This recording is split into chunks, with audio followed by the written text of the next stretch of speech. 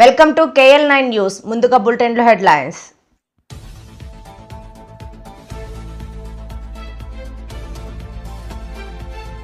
సంత్ సేవ్లాల్ మహారాజ్ జయంతి సందర్భంగా చిత్రపటానికి పూలమాలలు వేసి నివాళులర్పించిన సీఎం చంద్రబాబు. వైసీపీ నేత వంశీ అరెస్టు విషయంలో జగన్ వ్యాఖ్యలపై తీవ్ర స్థాయిలో విరుచుకుపడిన హోంమంత్రి Anitha. Basavatarakam Indo American cancer ఆసుపత్రిని మరింత విస్తరించనున్నాము బాలకృష్ణ. రోడ్డు భద్రతా మాసోత్సవాలు ముగింపు కార్యక్రమంలో పాల్గొన్న విశాఖ సిపి.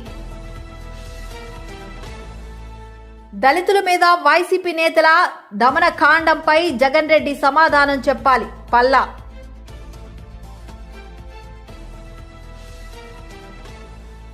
జగన్ మరో అరాచకవాది వంశీని వెనకేసుకొస్తున్నాడు. మంత్రి రామానాయుడు ఫైర్ అయ్యారు. అమ్మాయిలను మోసం చేసి వాళ్ల డబ్బుతో విలాస జీవితం గడిపే పరమ నీచుడమైన వ్యక్తి కిరణ్ రాయల్.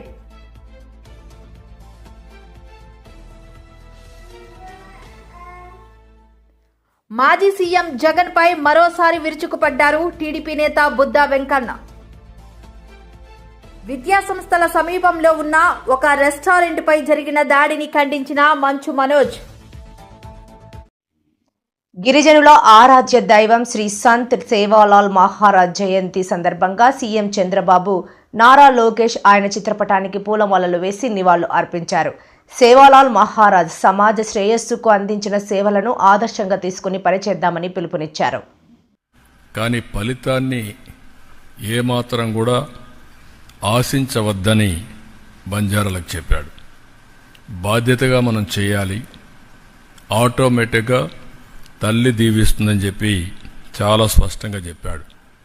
దాన్ని బట్టి మనం అర్థం చేసుకోవాల్సింది, కర్తవ్యాన్ని మనం ప్రతిఫలం ఆలోచించకుండా చేస్తే ఆటోమేటిక్గా ప్రతిఫలాలు వస్తాయి. ఆ విషయమే ఆయన చాలా స్పష్టంగా చెప్పడం జరిగింది.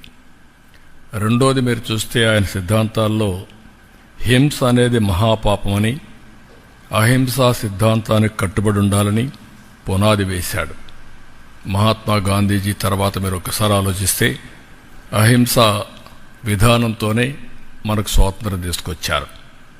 అంటే ఆయన కంటే ముందే సేవాలాల్ మహారాజ్జీ ఉద్బోధించారు. దాన్ని గాంధీజీ వీళ్ళంతా ఆచరించి దేశానికి విముక్తి కలిగించారు. ఇంకొక పక్కన చూస్తే ఆ రోజుట్లోనే బ్రిటిష్ అధికారులు, అన్యమత పాలకులు బంజారాలను కూడా ఇబ్బందులు పెడుతూ మతాల్ని మార్చమని కూడా ఒత్తిడి తీసుకొచ్చే పరిస్థితి ఉంటే ఆయన చాలా దృఢంగా సంకల్పం చేసి ముందుకు పోయేవారు. అందుకే శ్రీ సేవాలాల్ ప్రజల కోసం చేసిన అనేక ఉద్యమాలు చేశారు. ఒకటి రెండు కాదు, అనేక ఉద్యమాలు చేశారు. వీటిలో పేరీ ఫర్ ఒకటి. పేరీ అంటే మత మార్పిడులు పూర్తిగా అరికట్టడం, ధర్మ ప్రచారం, ఆర్థిక సంస్కరణలు, క్షేత్ర ధర్మాన్ని రక్షించడం. ఇలాంటివన్నీ ఈరోజు మనం మాట్లాడుకునే ఆర్థిక సంస్కరణలకు ఆ రోజే ఆయన సిద్ధాంతకర్త అయ్యాడంటే దీన్ని బట్టి అర్థం చేసుకోవాలి, ఒక విజనరీ కూడా.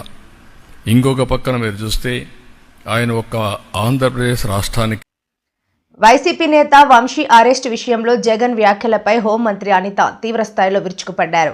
సీఎంను తిడితే బీపీ పెరిగి దాడి చేశారని నాడు జగన్ చెప్పారని, వంశీ అరెస్టుపై నీతి కబుర్లు చెప్పడం ఏంటని అనిత ప్రశ్నించారు. విషయం ఏంటంటే ఎవిడెన్సెస్ ఉన్నాయి. ఎవరైతే కంప్లైంట్ పెట్టారో కంప్లైంట్దారుడు తాలూకా ఎవిడెన్స్ ఉంది. అవన్నీ ఉన్న తర్వాతనే ఈరోజు పోలీస్ డిపార్ట్మెంట్ వాళ్ళు కూడా అరెస్ట్ చేయడం జరిగింది, కోర్టుకు ప్రొడ్యూస్ చేయడం జరిగింది, కోర్టు వాళ్ళు కూడా రిమాండ్ విధించడం జరిగింది. ఈరోజు అతను ఏ వాదైతే వాదించుకున్నారనుకుంటున్నారో ఆయన వాదించుకుంటున్నారు. అదంతా అనవసరం. ఈరోజు మాట్లాడితే బయటకు వచ్చి ఒక ఎస్సీ దళితుడు ఇలా భయపెట్టారు అలా భయపెట్టారని మాట్లాడుతున్నారు. ఈరోజు భయపెట్టింది వాళ్ళు, బెదిరించింది వాళ్ళు, అతనికి ఆశ చూపిస్తున్నది వాళ్ళు, ఎట్టి పరిస్థితుల్లోని బయటకు వచ్చి ఇలా చెప్పకపోతే చంపేస్తామని చెప్తుంది వాళ్ళు. దాన్ని బట్టి ఈరోజు బయటకు వచ్చి ధైర్యంగా అతను మళ్ళీ కంప్లైంట్ చేశారు. వాళ్ళ బ్రదర్ కంప్లైంట్ చేశారు. ఈరోజు ఆ కంప్లైంట్ బేస్ చేసుకొని ఈరోజు కేసు పెట్టడం జరిగింది, రిమాండ్ కూడా వెళ్ళారు. ఏదైనా ఉంటే కోర్టుల తర్వాత తెలుసుకోవాలి. దాని గురించి కోర్టులో ఏమైనా మాట్లాడతాం. బయటకు వచ్చి వీళ్ళు ఈరోజు పాలిటిక్స్ మాట్లాడుతున్నారు. లాస్ట్ 5 సంవత్సరాలు జరిగినవి ఎవరైనా మర్చిపోయారా? లాస్ట్ 5 సంవత్సరాల్లో డీజీపీ ఆఫీస్కి కూతవేడు దూరంలో ఉన్న మా పార్టీ ఆఫీస్ మీద దాడి జరిగిన రోజు ఏమయ్యారు వీళ్ళందరూ కూడా మాట్లాడేటప్పుడు? ఆ రోజు సీఎం గారిని తిడితే వాళ్ళ కార్యకర్తలకి బీపీ పెరిగి ధ్వంసం చేశారని చెప్పి మాట్లాడిన సీఎం, ఆ రోజు సీఎం ఈ రోజు మాట్లాడుతున్నాడు. ఏదో అంటారు కదా, నీతి కబుర్లు దయ్యాలు వేదాలు వల్లించినట్టు మాట్లాడుతున్నాడు. ఆ రోజు బీపీ పెరిగితేనే మా కార్యాలయాలు వచ్చి మొదలుకొట్టారని మాట్లాడుతున్నారు. మేము ఈరోజు అటువంటి ఆ కేసులన్నింటినీ కేసులన్నీ ఉన్నాయి, నడుస్తున్నాయి. ఆ రోజు కేసులు పెట్టారు, నడుస్తున్నాయి. వాటన్నిటి మీద ఈరోజు న్యాయ విచారణ జరుగుతుంది. కుట్రలో భాగంగానే ఇరికించారు. ఏంటి కుట్ర? పోలీసులకి ఏంటి అవసరం? ఈ రోజు సత్యవర్ధన్ వాళ్ళ బ్రదర్ వచ్చి కంప్లైంట్ పెట్టాడు, నాకు న్యాయం జరగాలి, మా అన్నని ఇలా బెదిరించారు, కిడ్నాప్ చేశారని చెప్పి. సో దాని మీద పోలీసులు యాక్షన్ తీసుకోవాలి కాబట్టి పోలీసులు యాక్షన్ తీసుకున్నారు. దానికి సంబంధించి కోర్టులో ప్రొడ్యూస్ చేశారు, ఎవిడెన్సెస్ అన్ని ప్రొడ్యూస్ చేశారు. దాని మీద రిమాండ్ విధించింది కోర్టు. ఫర్దర్గా ఏమైనా మాట్లాడుకోవచ్చు, కోర్టులో మాట్లాడుకోవచ్చు. కానీ నేనేమంటానంటే, ఇవన్నీ జరుగుతున్న నేపథ్యంలో బయటకు వచ్చి మాజీ సీఎం పులివెందుల ఎమ్మెల్యే బయటకు వచ్చి ఆయన బాధపడిపోతూ మాట్లాడుతూ ఉంటే 5 సంవత్సరాలు ఆ బాధ ఏమైపోయింది? లాస్ట్ 5 సంవత్సరాలు అన్ని పార్టీ కార్యాలయాల మీద దాడులు చేశారు, మా మీద దాడులు చేశారు, మా మీద అబద్ధపు కేసులు పెట్టారు. మేము నిజంగా రివెంజే తీర్చుకోవాలి అనుకుంటే 7 నెలలు ఎందుకు ఆగుతాం? ఈ రోజు వరకు ఎన్నెన్నో మాటలు మాట్లాడిన వాళ్ళు అందరూ కూడా రోడ్ల మీదకి వచ్చి బాగానే మాట్లాడుతున్నారు కదా. మేము వాళ్ళ మీద ఏం కక్ష సాధింపు ఏం చేయలేదే. అతనికి సత్యవర్ధన్ తమ్ముడు కేసు పెట్టాడు, ఆ కేసును బేస్ చేసుకొని ఈరోజు వంశీ గారిని అరెస్ట్ చేయాల్సి వచ్చింది. బసవతారకం ఇండో అమెరికన్ క్యాన్సర్ ఆసుపత్రిని మరింత విస్తరించనున్నామని ఆసుపత్రి చైర్మన్ నందమూరి బాలకృష్ణ తెలిపారు. హైదరాబాద్లోని క్యాన్సర్ ఆసుపత్రిలో అంకాలజీ యూనిట్ను ప్రారంభించిన అనంతరం బాలకృష్ణ మాట్లాడారు.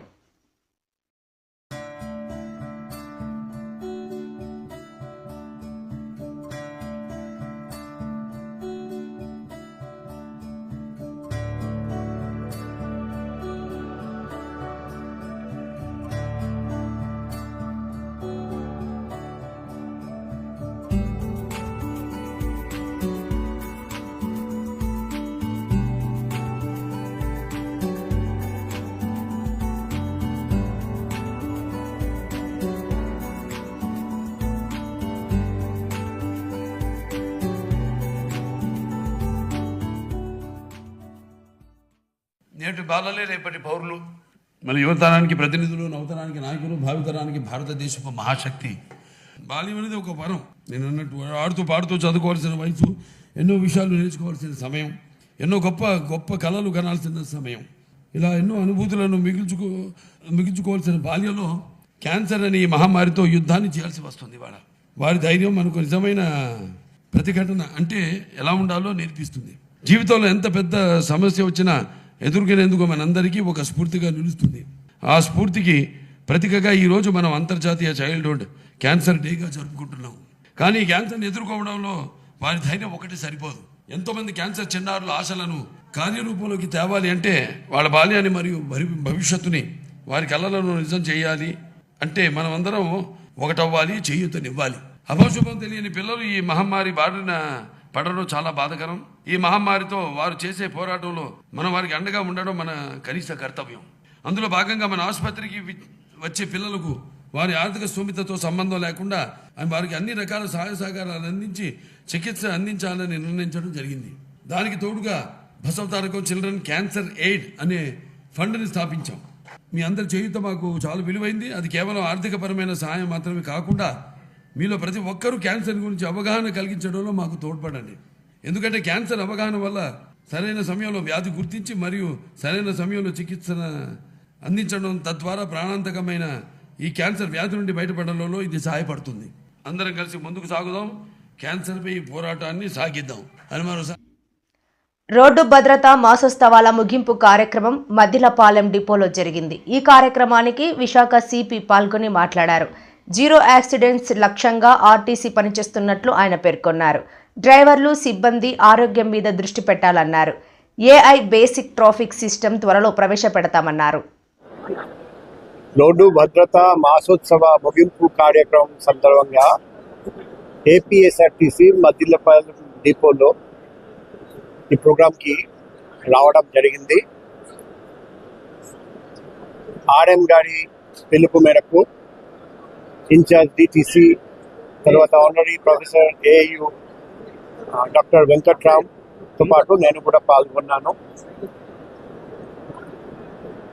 పోయిన సంవత్సరం యాక్సిడెంట్ సంఖ్య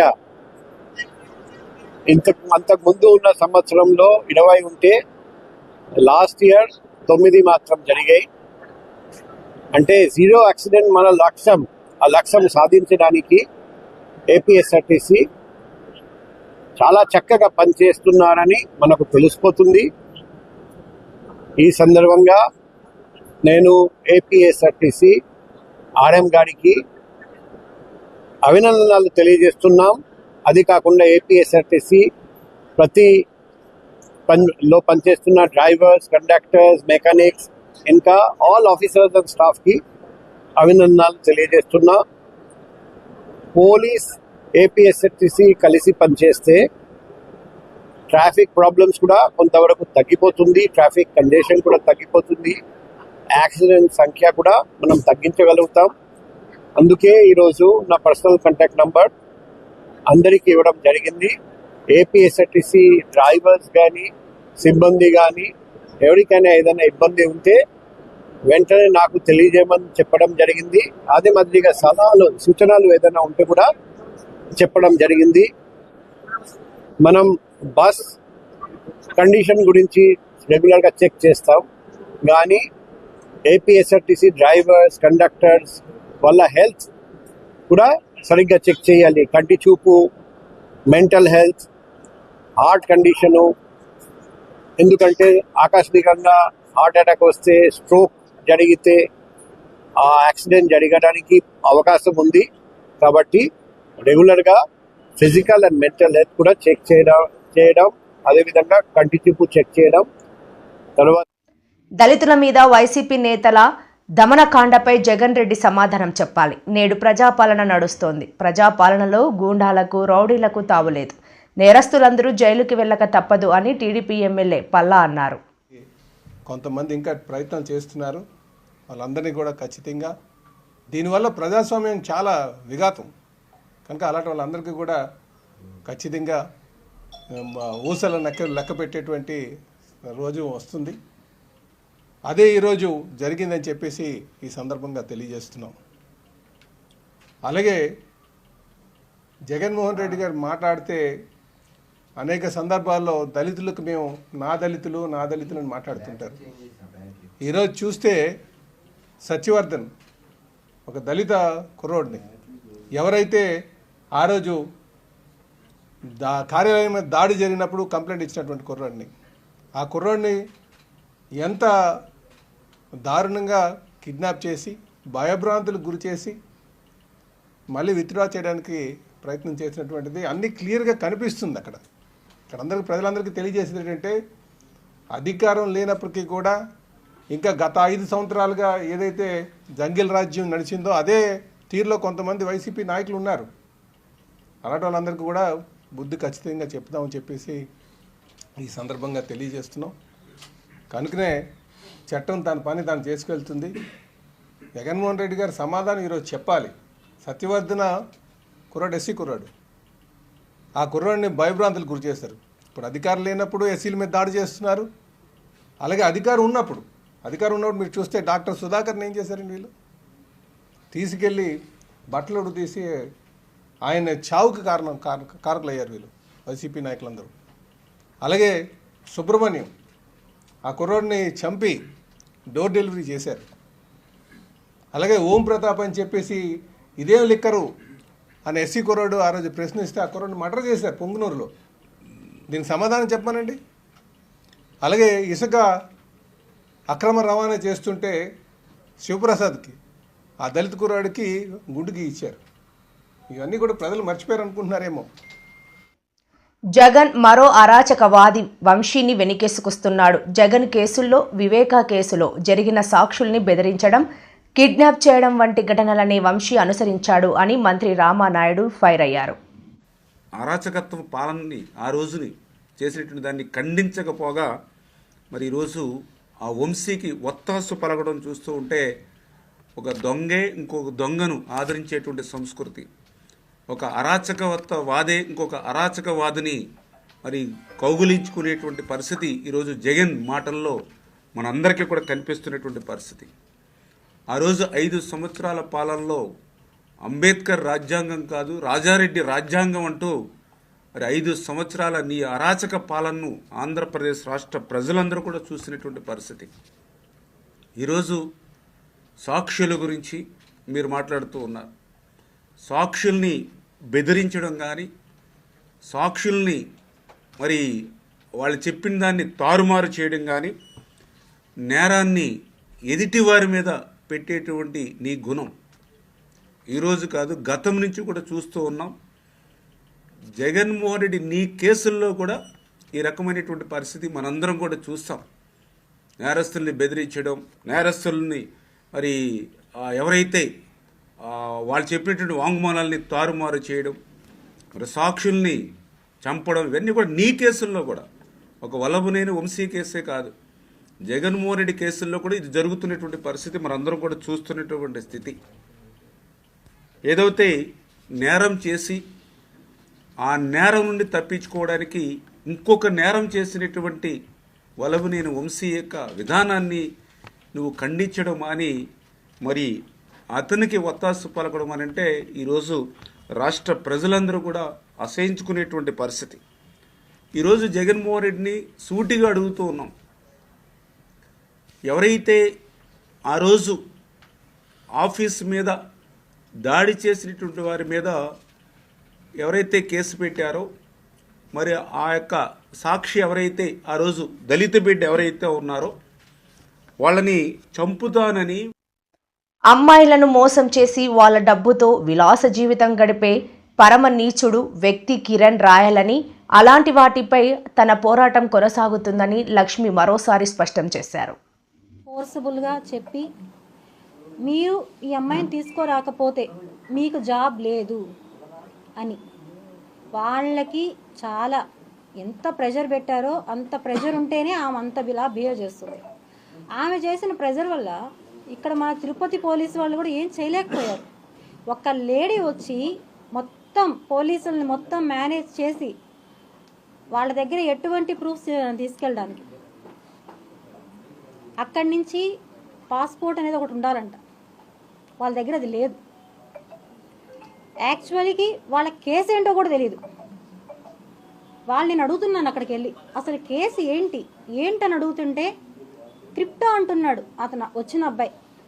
క్రిప్టో కాయిన్ తీయడం అఫెన్సా ఇప్పట్లో? క్రిప్టో ఎంతమంది తీస్తున్నారు కాయిన్? రీసెంట్గానే జరిగింది, మన ట్రంప్ గారు ప్రెసిడెంట్ అయినప్పుడు ట్రంప్ షిప్ కాయిన్ అని ఒకటి ట్రంప్ కాయిన్ ఏదో రిలీజ్ చేశారు. ఎంతమంది కొన్నారు, ఎంతమంది చేశారు? క్రిప్టో అనేది తప్పు కాదు. అక్కడ వాళ్ళు చెప్పడం క్రిప్టో అనేది చేసింది ఏమే అని, ఓకే క్రిప్టోనే అనుకుందాం. క్రిప్టో గురించి నాకు పూర్తిగా తెలీదు, అసలు నాకు ఆ నాలెడ్జ్ అనేది తెలియదు అసలు మెయిన్ పాయింట్. నేను వాళ్ళు అక్కడ క్వశ్చన్ చేస్తుంటే కేసు ఏమని సమాధానం చెప్పాల. ఈవెన్ స్టేషన్లో ఒక్కరికి కూడా చెప్పలేదు వాళ్ళు. ఆమె లేడీ నాకు తెలియదు, నేను తీసుకెళ్ళాలంతే. ఇవంతా పక్కన పెడదాం, ఓకే అయిపోయింది. వాళ్ళు దౌర్జన్యంగా వచ్చారు, అన్అఫిషియల్గా వచ్చారు అనేది ప్రతి ఒక్కరికి తెలుసు. ఎందుకంటే లోకల్ పోలీస్ స్టేషన్లో వాళ్ళు ఎక్కడ ఇన్ఫామ్ చేయలేదు. వాళ్ళు అక్కడ అడిగారు లోకల్ పోలీసులు లేకుండా మీరు ఎలా పిక్ చేస్తారు అంటే మాకు ఆ ముందే లొకేషన్ తెలిసింది అన్నారు. మిస్టర్ కిరణ్ రాయల్ గారు చెప్పారు ప్రెస్ మీట్లో నేను 12 o'clock నేను ప్రెస్ మీట్లో ఉంటానని చెప్పి ఇంతంత పెద్ద ఓట్లు ఇచ్చినాక వాళ్ళకి తెలీదా అని. మీరందరూ వినే ఉంటారు, వాళ్ళకి తెలుగు రాదు, ఒక్క పాయింట్ కూడా తెలుగు అనేది రాదు వాళ్ళకి. నేను ఇక్కడ ఉన్నానని ఎవరు చెప్పారు?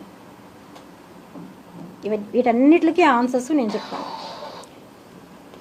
ఒక వెధవా అని చెప్పడానికి ఒక మహిళకి ఎంత కష్టం అవుతా ఉందంటే అంత కష్టం. ప్రెస్ని, మీడియాని అతని మాజీ సీఎం జగన్పై మరోసారి విరుచుకుపడ్డారు టీడీపీ నేత బుద్ధా వెంకన్న. ప్రతిపక్ష హోదా ఇవ్వద్దని ప్రజలే డిసైడ్ చేశారు కాబట్టే 11 సీట్లు మాత్రమే కట్టబెట్టారని, ఆయన తనకు ప్రతిపక్ష హోదా కావాలంటూ జగన్ మాట్లాడుతున్నారంటూ మండిపడ్డారు. పోలీసులు అరెస్ట్ చేశారనే ప్రజలందరూ కూడా ఆనందోత్సవాలతో ఉన్న టైంలో పెద్ద సైకో అయినటువంటి జగన్మోహన్ రెడ్డి నిన్న ఎక్స్లో మాట్లాడుతున్నాడు.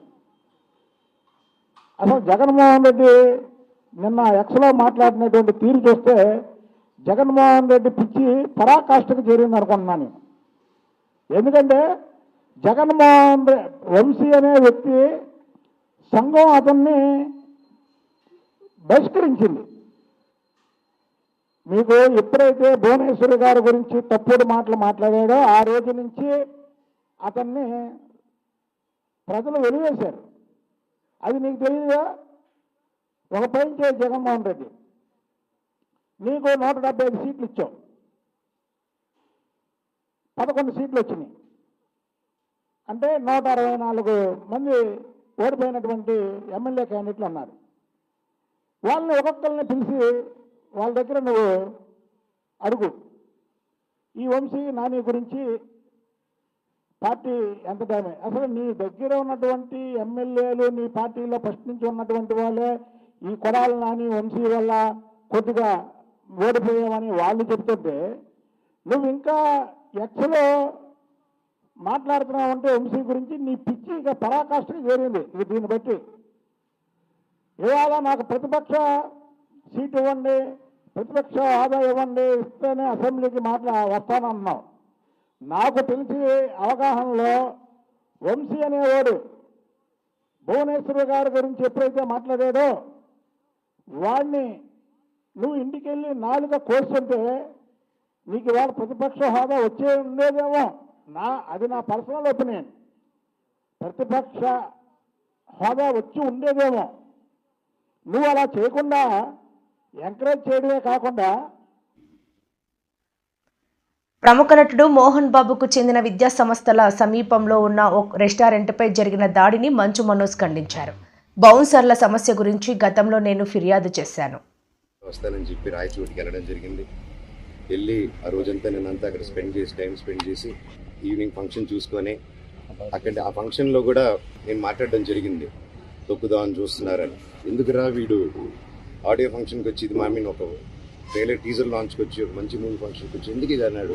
ఎందుకన్నానంటే అన్న, నేను అక్కడికి వెళ్ళి ఫంక్షన్కి స్టేజ్ ఎక్కక ముందు నేను ఈ ప్రాంతంలో ఉన్నానని చెప్పి ఇక్కడ ఎవరైతే మనకు సపోర్ట్గా ఉన్నారో, ఎవరైతే కొంచెం గొంతు విప్పి కొంచెం ముందుకొచ్చి నాకు లెటర్లు పంపించి ఇక్కడ జరిగే అన్యాయాలు చెప్తున్నారో వాళ్ళ మీద దాడులు మొదలుపెట్టారు. ఎప్పటి నుంచో ఆ దాడులు బయటికి చెప్పుకోలేరు అన్నట్టు. ఎందుకంటే ఎన్నో కోట్లు పెట్టి వాళ్ళ పొలాలు కొనుక్కొని కొంతమంది ఇక్కడే వాళ్ళ పొలాల మీద బిల్డింగ్లు కట్టుకొని ఎన్నో కోట్లు ఖర్చు పెట్టి లోన్లు తీసుకొని బిల్డింగ్లు కట్టుకొని వచ్చే డబ్బు మీద, వచ్చే ఫీజుల మీద, వచ్చే హాస్టల్ రెంట్ల మీద బ్రతుకుతున్నారు. వాళ్ళకి వచ్చేది అన్న దాంట్లో నుంచి హేమాద్రి నాయుడు వీళ్ళందరూ కలిసి కొట్టి బెదిరించి ప్రతి ఒక్కరి దగ్గర డబ్బు వసూలు చేస్తున్నారు. పర్ స్టూడెంట్కి ఇంత అని చెప్పి ఈ కంప్లైంట్స్ నాకు వచ్చింది.